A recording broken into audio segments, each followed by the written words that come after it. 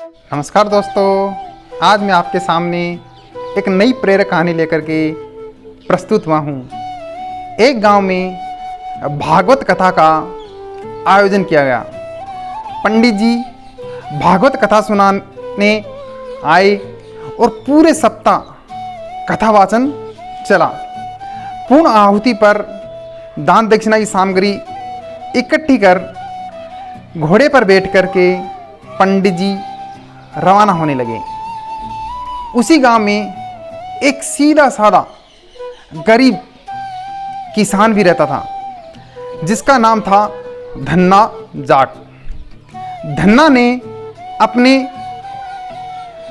उस पंडित जी को पांव पकड़ लिए और बोले कि पंडित जी महाराज, आपने कहा था कि ठाकुर जी की जो सेवा करता है उसका बेड़ा पार हो जाता है। आज आप तो जा रहे हो, मेरे पास न तो ठाकुर जी हैं और न ही मैं उसकी पूजा की विधि जानता हूँ, इसलिए आप मुझे ठाकुर जी देकर पधारें। पंडित जी ने कहा, चौधरी तुम ही ले आना। धन्ना जाट ने कहा, मैंने तो कभी ठाकुर जी देखे ही नहीं है, लाऊंगा कैसे। पंडित जी ने घर जाने की जल्दी थी। उन्होंने पिंड छुटाने के लिए अपना भांग घोटने का सिलबट्टा उसे दे दिया और बोले, ये ठाकुर जी हैं, इसकी पूजा करना। धन्ना जाट ने कहा, महाराज मैं सेवा पूजा का तरीका भी नहीं जानता हूँ, आप ही बताइए। पंडित जी ने कहा कि पहले खुद नहाना, फिर ठाकुर जी को नहलाना और उन्हें भोग चढ़ाकर फिर खाना। इतना कहकर पंडित जी ने घोड़े के एड़ लगाकर चल दिए। धन्ना सीधा व सरल आदमी था। पंडित जी के कहे अनुसार सिलबट्टे को बतौर ठाकुर जी अपने घर में स्थापित कर दिया। दूसरे दिन स्वयं स्नान कर सिलबट्टा रूपी ठाकुर जी को नहलाया।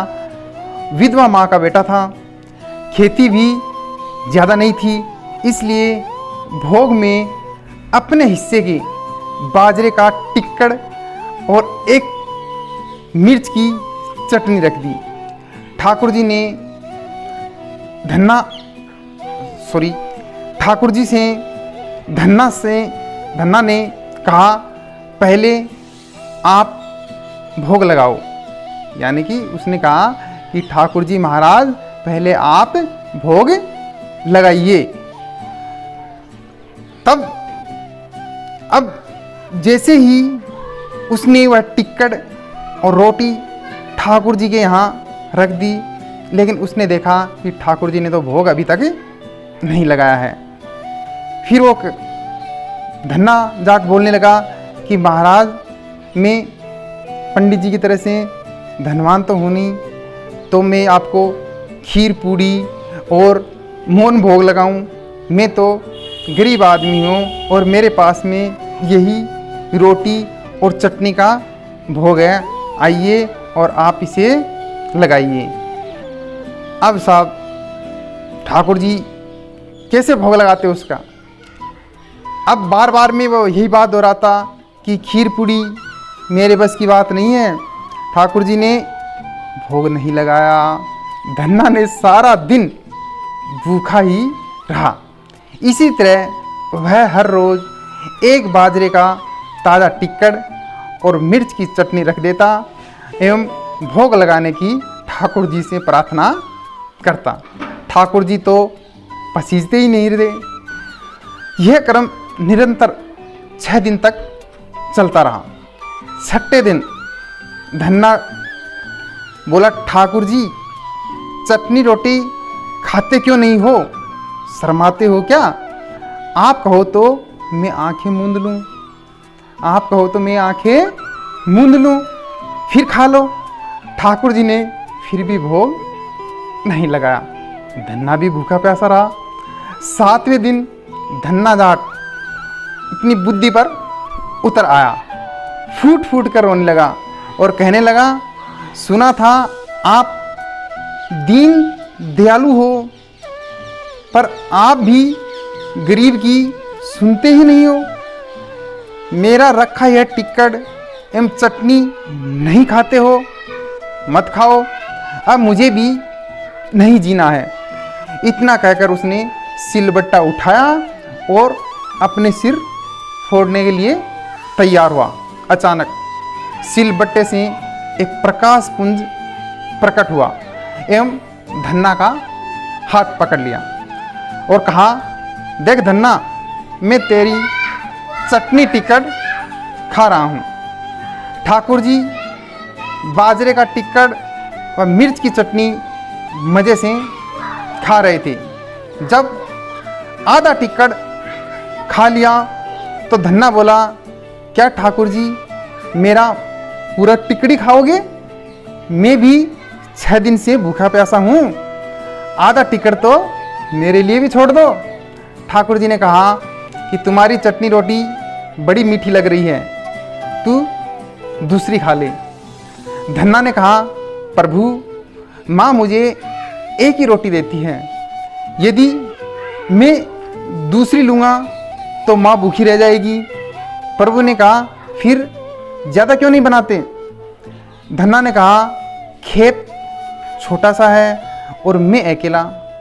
ठाकुर जी ने कहा, और खेत जोत ले लो, और खेत को जोत लें। धन्ना बोला, प्रभु मेरे पास बैल थोड़ी हैं, मैं खुद जुतता हूँ। ठाकुर जी ने कहा, नौकर रख ले। धन्ना ने कहा, हे प्रभु आप तो मेरी मजाक उड़ाने लगे, मजाक उड़ा रहे हो।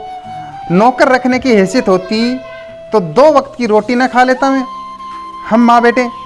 इस पर ठाकुर जी ने कहा, चिंता मत कर, मैं तेरी सहायता करूँगा। कहते हैं तब से ठाकुर जी ने धन्ना का साथी बनकर उसकी सहायता करनी शुरू की। धन्ना ने के साथ खेत में कामकाज कर अच्छी जमीन एवं बैलों की जोड़ी दिलवा दी। कुछ अरसे बाद में गाय भी आ गई, मकान भी पक्का हो गया, सवारी के लिए घोड़े आ गए और धन्ना एक अच्छा खासा जमींदार बन गया।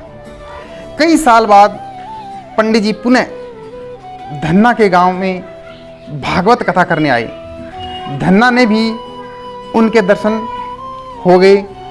प्रणाम कर बोले, पंडित जी आप जो ठाकुर जी देकर आए थे, मुझे देकर गए थे, वे 6 दिन तो भूखे प्यासे रहे, मुझे भी भूखा प्यासा रखा।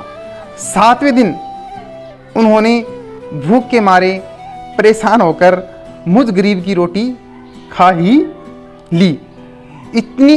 उनकी इतनी कृपा है कि खेत में मेरे साथ कंधे से कंधा मिलाकर हर काम में मेरी मदद करते हैं। अब तो घर में गाय भी हैं।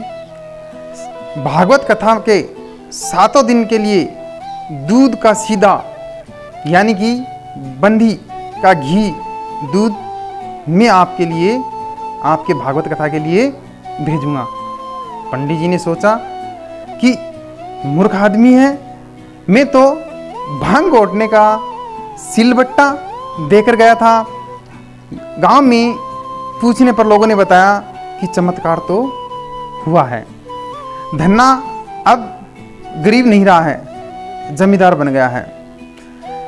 दूसरे दिन पंडित जी ने धन्ना से कहा कि कल कथा सुनने आओ तो आप अपने साथ अपने उस साथी को भी लेकर आना जो तुम्हारे साथ खेतों में काम करता है।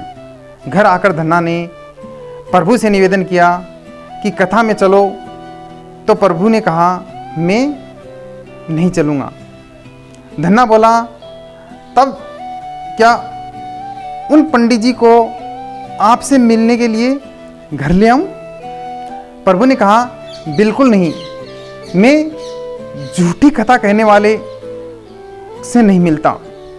जो मुझसे सच्चा प्रेम करता है और जो अपना काम मेरी पूजा समझ के करता है, मैं उसी के साथ रहता हूँ।